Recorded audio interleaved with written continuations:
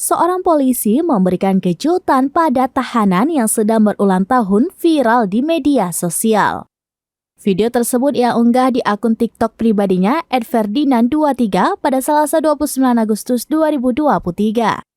Dalam video tersebut terlihat seorang polisi yang diketahui bernama Ferdinand memasuki salah satu sel. Polisi itu pun menyapa tahanan yang berada di dalam sel tersebut.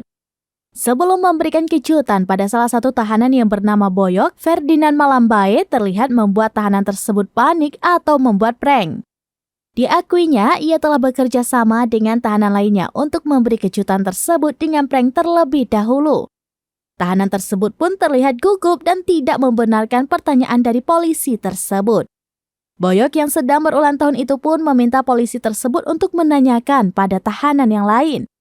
Para tahanan lain pun coba memanasi agar temannya yang tengah ulang tahun itu berhasil kena prank. Ferdinand pun pura-pura memarahi Boyok. Melihat pranknya berhasil, ia pun membawakan 4 kotak pizza dengan lilin di atasnya. Sontak saja, satu sel tahanan itu menjadi ramai dengan nyanyian lagu Selamat Ulang Tahun. Bahkan, Boyok yang tengah ulang tahun itu pun menangis. Setelah itu, Ferdinand pun mempersilakan tahanan lainnya untuk makan pizza bersama. Para tahanan pun langsung menyambut ramai hal tersebut.